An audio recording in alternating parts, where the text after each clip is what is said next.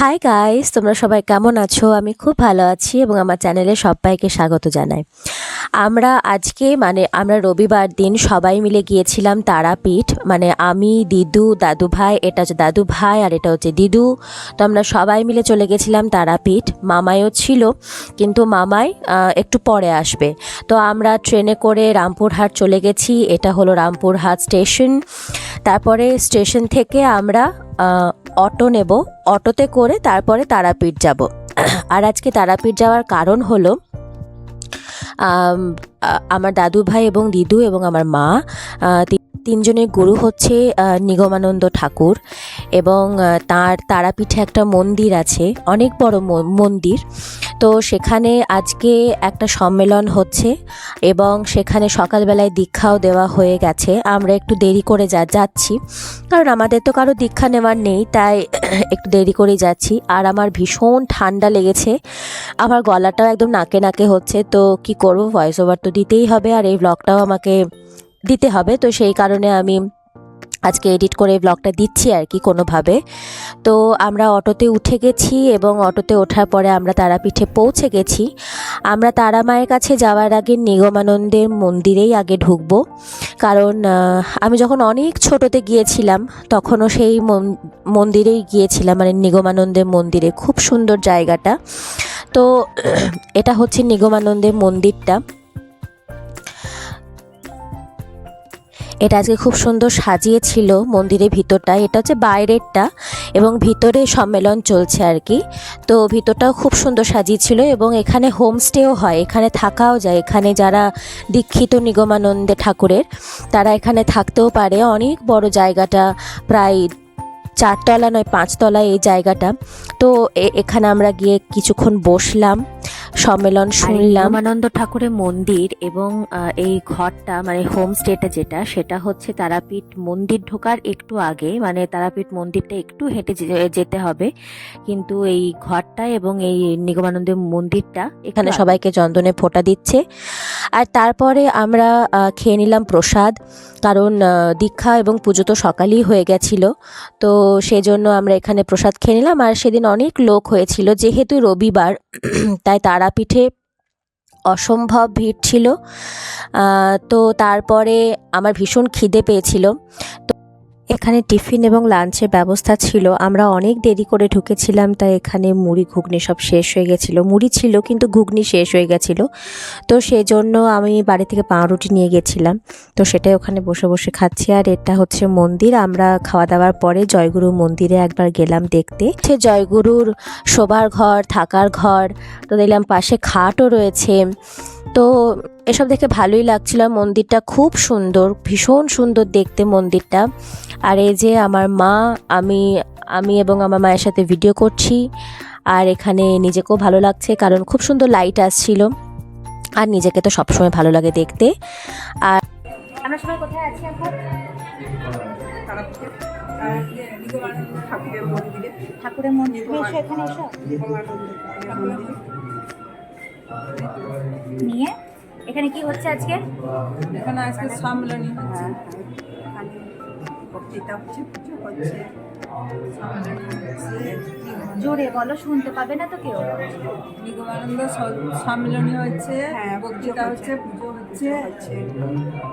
আর এটা নিগমানন্দের মন্দির, মন্দিরটা। হ্যাঁ, আর ভিতরে পুজো হচ্ছে। পুজো হচ্ছে, দীক্ষা হচ্ছে। দীক্ষা নিয়েছে সকালে। হ্যাঁ, দীক্ষা সকালে হয়ে গেছে, তখন আমরা এসে পৌঁছাই 9টার মধ্যেই সব। চলো আমরা ভিতরে যাই এবার, পরে তারা মন্দির যাব। আমরা যখন মন্দিরের ভিতরে ছিলাম তখন ঢাক ঢোলের আওয়াজ শুনতে পাচ্ছিলাম। তো বাইরে বেরিয়ে এসে দেখলাম এখানে মা তারার ভোগ দিয়ে দেওয়া হয়ে গেছে। এবার নিয়ে চললো আর কি ভোগটা, ভোগ দিয়ে দেওয়ার পর আর কি নিয়ে চললো। কোথায় নিয়ে চললো সেটা আমি জানি না। আর এখানে টোটোগুলোর এত জ্বালাতন, কিছু একটা যে ভালো করে ভিডিও করব তারও কোনো উপায় নেই। টোটো আসতেই আছে, যেতেই আছে, তো কিছু করার নেই আমার। তারপরে আমরা আবার ঘরের ভিতরে চলে এলাম, কারণ প্রায় তখন খাবার সময় হয়ে গেছিল আর খাবার দিতেও লেগেছিল। তো দাদু ভাই আর মামাই আমাদের জন্য জায়গা রেখেছিল। তো প্রথমে এখানে চিড়ে ভাজা, তার সাথে পাঁপড় বা বাদাম দিয়ে একটা ভাজা টাইপের দিয়েছিল, তারপরে ভাত ছিল, আর তারপরে সবজি ডাল ছিল, খুব সুন্দর করেছিল ডালটা। তারপরে ছিল ছ্যাঁচড়াটাও খুব ভালো ছিল এবং পোস্ত, আর তারপরে শেষে চাটনি, নলেন গুড়ের মিষ্টি এবং পায়েস, খুব সুন্দর খেতে ছিল। আমরা এখানে খাওয়া দাওয়া করে এবার মা তারা মন্দিরে চললাম। তার কারণ হচ্ছে দাদু ভাই আর দিদু তো হাই প্রেশার এবং দাদু ভাইয়ের হার্টের প্রবলেম, তো সেই কারণে কেউই পুজো দেবে না এতক্ষণ না খেয়ে থেকে। তো সেজন্য আমরা একটু দেরি করেই যাচ্ছি আর কি মন্দিরের দিকে। আর কেউই যখন পুজো দেবে না তখন আমি একা ওখানে না খেয়ে দাঁড়িয়ে থেকে পুজো দেওয়া সেটাও সম্ভব নয়, তাই আমিও দিতে পারলাম না সেই হিসাবে। আর এখানে আশেপাশের দোকানগুলোতে এত সুন্দর মা তারার মূর্তি দেখতে পাওয়া যাচ্ছে, খুব ভালো লাগছিল দেখে। যারা কিনতে চায়, তাই পিতলের বাসন টাসন সবই রয়েছে। আর এটা হচ্ছে বামাখ্যাপা বাবার আশ্রম মন্দির, যেটা মা তারা মন্দির ঢোকার আগেই পড়ে। এবং তারপরে অনেকটা রাস্তা হেঁটে আমরা মন্দিরের কাছে পৌঁছালাম। এটা হচ্ছে মন্দিরটা বাইরে। আর তারপরে আমরা যখন ভিতরে ঢুকলাম তখন এখানে সামনেই দেখতে পেলাম একটা ভোলানাথের মন্দির। আর এই গেটটা যেটা রয়েছে, এই গেটের এখানে সবাই লাইন দিয়ে যাচ্ছে পুজো দিতে। আর এটা হচ্ছে প্রসাদ, যারা প্রসাদ চায় তারা কিনে খেতে পারে। আর এটা হচ্ছে মা তারার মন্দির। আমরা ওই মা তারা মন্দিরের সামনেই যে বারান্দাটা আছে সেখানে দাঁড়িয়ে এই ভিডিওটা করছিলাম। আর মা তারা মন্দিরের সামনেই এখানে একটা ছোট্ট মতো জায়গা আছে যেখানে সবাই দাঁড়িয়ে রয়েছে, মানে লাইন দিয়ে দাঁড়িয়ে রয়েছে একে একে পুজো দিতে যাবে বলে। আর আজকে তো আমি প্রথমেই বলেছি রবিবার বলে একটু বেশি ভিড়, অন্যান্য দিনও হয়তো ভিড় থাকে কিন্তু আজকে একটু বেশি ভিড় ছিল। আর মন্দিরের সামনে যে বারান্দাটা আছে ওখানটাতেই সবাই দেখছে অনেকে পুজো করে নিচ্ছে, কারণ অনেকটা বেলা হয়ে গেছিলো। এখানে এত ভিড়, মানে মা তারাকে পুজো দেওয়া তো দূরের কথা, মায়ের মুখটা পর্যন্ত আজকে দেখা যাচ্ছে না, বিশেষ করে আজকে রবিবার। তো বসলাম, তাই এখানে এসে একটু কিছু করার নেই। আর আমার পিছনে মামাই দাঁড়িয়ে আছে, এই যে ফোন নিয়ে ব্যস্ত।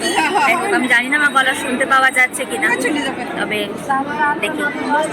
আর একটা জিনিস আমার চোখে পড়েছে, যেটা হচ্ছে এখানে এই যে যারা দাঁড়িয়ে রয়েছে, মানে মন্দিরের কাছাকাছি যারা চলে এসেছে, তাদেরকে এখানে মানে তাদের এখানে দাঁড়িয়েই পুজো হয়ে যাচ্ছে। মানে মা তারা মন্দিরে ঢুকে শুধুমাত্র মাকে দেখে কয়েক সেকেন্ডের মধ্যে তাদেরকে বাইরে চলে যেতে হবে, মানে মায়ের মন্দিরের সামনে বা মায়ের মূর্তির সামনে পুজো তাদের দেওয়া হবে না, এখানেই দেখছি পুজোটা হয়ে যাচ্ছে। সেটা আমার একটা অদ্ভুত লাগলো। তো ঠিক আছে, তারপরে দিদু কোথা থেকে এক প্রসাদ জোগাড় করে এনেছে কারোর কাছ থেকে হয়তো, তো সেটা আমাদের সবাইকে একটু একটু করে দিল, আমরা সেটা সবাই মিলে একটু একটু করে খেলাম। আর এখানে দেখলাম বিয়ে চলছিল একজনের, তো সেটা দেখেও খুব ভালো লাগলো।